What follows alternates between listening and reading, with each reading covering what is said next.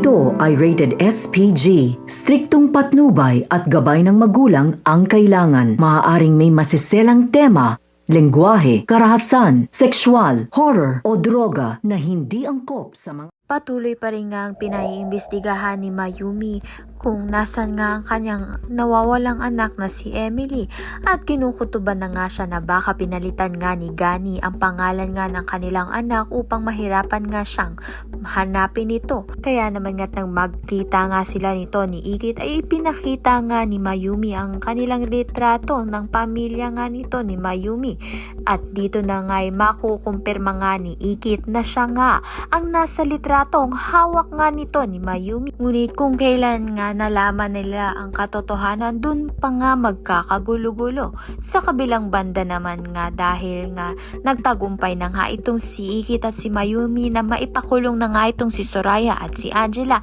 Kaya naman nga't nagkaroon nga sila ng party sa resort.